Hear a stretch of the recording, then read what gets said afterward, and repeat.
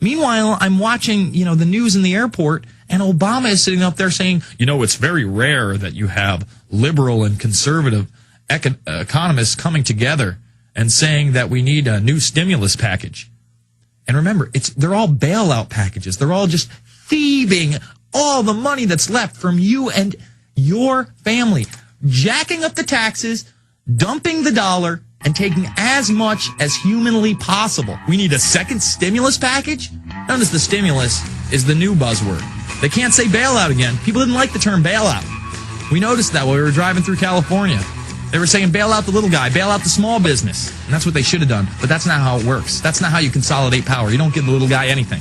It's the InfoWarrior with Jason Bermas. We're going to be back after this taking your calls. Infowars.com, prisonplanet.tv. Do you understand how dark it is? How far down the line we are? How late it is?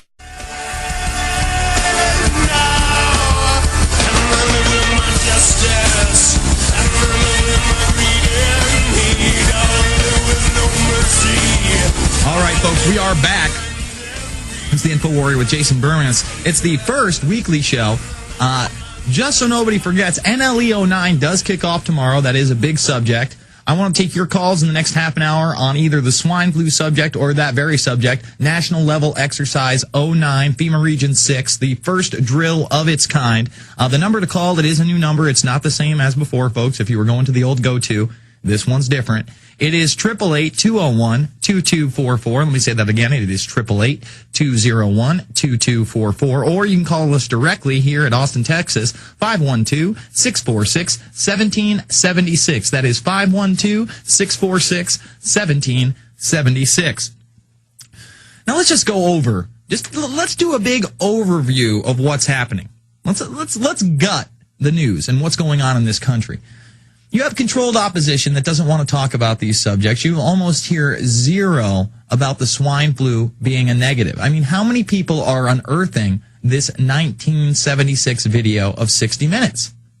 Infowars.com is doing it. Is anybody else? I haven't seen anywhere in the main line. Nothing. Zero. Zilch. There was one, I want to say it was a Reuters article from right before I left, where they had to admit later in the article that, yes, people did become quadriplegics. Yes, some people did die from the shot, but they didn't make a big deal about it. They acted like everything was going to be okay. Everything was going to be fixed. Well, I got news for you, folks. It isn't okay. It's not going to be fixed. And they are trying to make this mandatory. Let's say they can't implement WHO level 6. It's already in level 6, but in 1.5.1 of the checklist for pandemic flu preparedness. Let me say that. Checklist for pandemic flu preparedness. You can find the PDF file online. They state that you have no human rights, no individual rights whatsoever. That's over with. No individual rights for you. Do you understand? They can quarantine you. That means restrict your movement. They can use forced inoculations, off-site drugs. Off-site drugs mean they don't have to work. Okay? And that's it. That's that. You're a piece of meat. You have to do what they say under international law. And they clearly say that they need to set precedents so that they can justify these type of actions. Now, let's say that, your average United States soldier or your National Guard member isn't down with that. There's not enough NATO troops out in force to force you to do these things. Let's imagine that's what happens. Well, then they have a thing called Executive Order 13375. That's Executive Order 13375. What's that? Well, if you don't want to take your delicious forced inoculation, you can spend up to a year in prison and also be fined $250,000. Because, the average American citizen that doesn't want to take a shot has $250,000 lying around so that he doesn't have to, die or become a quadriplegic.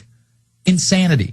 When Alex Jones talks about this being a nightmarish, scientific, just sci-fi novel/movie, that's what it is. I never imagined that the country would slide this far. And then I have to watch Glenn Beck, just a horrible person, biting off of our stuff and acting like it's original. And he's coming up with it. And, I'm going to play that clip, too. Beck got on television in Lederhosen and took on AmeriCorps for 1 minute.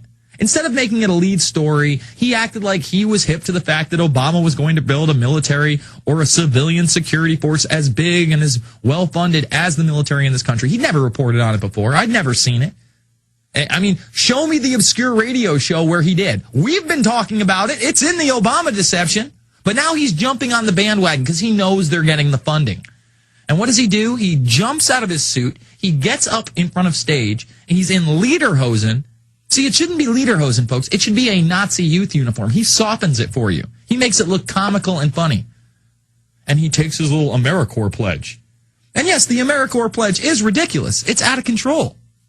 But folks, he's just doing this, 1, for ratings, 2, for false opposition to make you believe that he's a genuine person and he's crusading for your rights, and 3, to soften the blow, to let you know it's not as serious as you think. And it also gives fodder for the false left-right paradigm, you see. And Olbermann will come on and say that's not what AmeriCorps is about. And look at the clown doing his little clown act. It's much worse than the clown doing his little clown act, folks. It's a psyop. That's what it is. And, I mean, you know, again, over this week-long thing, one of my buddies who's from Pasadena, he came out to Thousand Oaks the second night we were there, really late night, just to see me because we hadn't seen each other in over a year. And I told him about City Year, and I told him about AmeriCorps, and he couldn't believe it. And then I played him the videos. Oh, and he believed it. He believed it big time. He couldn't believe how an organization that's supposed to help people became so militarized like that. Like that. It's the InfoWarrior with Jason Bermas taking your calls after this. Jaron, Darren, and more. 888-201-2244 or 512-646-1776. Back after this. The good old folks at New Silver Solution. And the website is supernaturalsilver.com. Supernaturalsilver.com.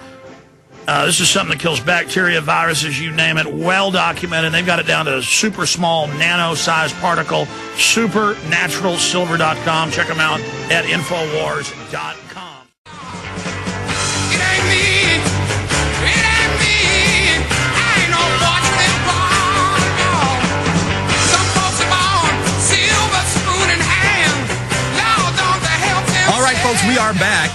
And in the next hour, we're really going to go over this Bohemian Club special. And I think they're wrapping up the Grove. I think actually today is the last day. They started on the 10th.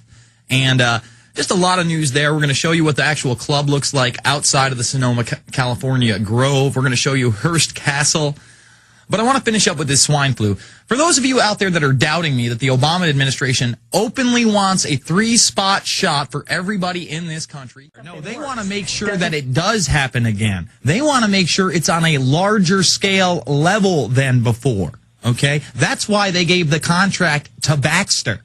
It's not there to help you. They want to have such a mass vaccination program that they get the kids and the parents first. And remember, in Canada, that 18 to 30 crowd, they're going to be camping outside the bars to get drunk and inebriated young people to take the swine flu vaccine. And in America, Catherine Sebelius, the head of Health and Human Services, Little Miss Bilderberg herself, is the one pushing all of this. All right, I said I'd go to your calls. Let's start jumping through them. Jasper in Massachusetts, you're on the air. Hey, how you doing, Jason? Good. How was your trip? It was good. It was very, very, very good. We got a lot of good stuff. We got G. Edward Griffin. We got Rosalind Peterson. We got the mayor of Ukiah County talking about the persistent jet contrails, as that's their terminology for it. But just a ton of great stuff. Got out to the Bohemian Club, Hearst Castle, and so much more. Let's go to Darren in Canada. Darren, you're online. Hey, Yes, sir. Jason. I wanted to bring to your attention, this is about the flu, not specifically the swine flu, but the flu. Okay? Mm-hmm. Okay. Right off the CDC website, it says every year in the U.S., about 36,000 people die from flu-related causes. If you just take that number, 36,000, and that averages about 100 people a day die by flu-related causes, Correct. 1,000 a month. Do you read in the paper another 100 people die today of the flu, yet another 100? Like, there's Here's my point, and I've made this point before. If you believe all this swine flu hype about the death there, it doesn't even accumulate to half as many people who die from the regular flu that is totally and completely unreported in the media. Now, I don't know if the CDC is stacking their numbers, but it's pretty obvious to me that not only are they stacking the swine flu numbers, but even by stacking up the swine flu numbers, it doesn't even come to the apex of what the regular flu takes in the United States as far as lives per year, correct? That's the point you're trying to make? Yes. Yeah, That's no, it's absolutely insane. Yeah, no, that's something I've covered on the show. I mean, I can't believe it either. That's what I try to tell people. Let's say it's 36,000 people a year, okay? That's exactly what it says on the website. There are about 36,000 people. And you know, we have, for those people that don't know out there, you know, you got about, just a little bit under that in, 365 days a year. So it is around 100 people a day that would die, probably 99 point something if you averaged it out. And you don't see that in the news ever. Listen, they want you to take this shot. I've talked to people that have recently taken just the regular flu shot in the last 2 to 3 years because of the hype surrounding that. And they say, well, I got the flu. And I'm like, of course you got the flu. That was the point of you taking the shot, Darren. I thank you for the call.